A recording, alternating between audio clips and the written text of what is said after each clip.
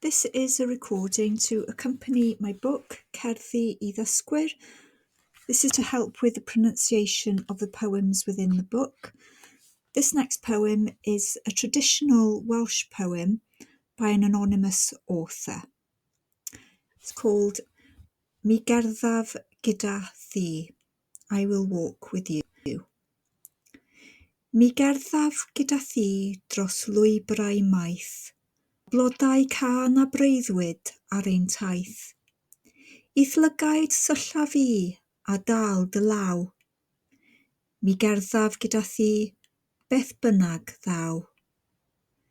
Mi gerddaf gyda thi pan fydd y llwyr, fel llusern yn y nen ar noson oer.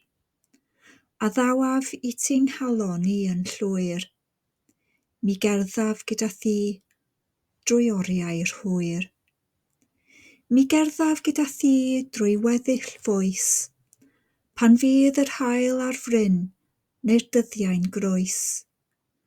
A phan ddaw'r alwad draw, pwy wyr pa awr, mi gerddaf gyda thi i'r freuddwyd fawr.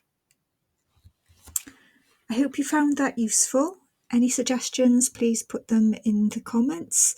And thank you for watching.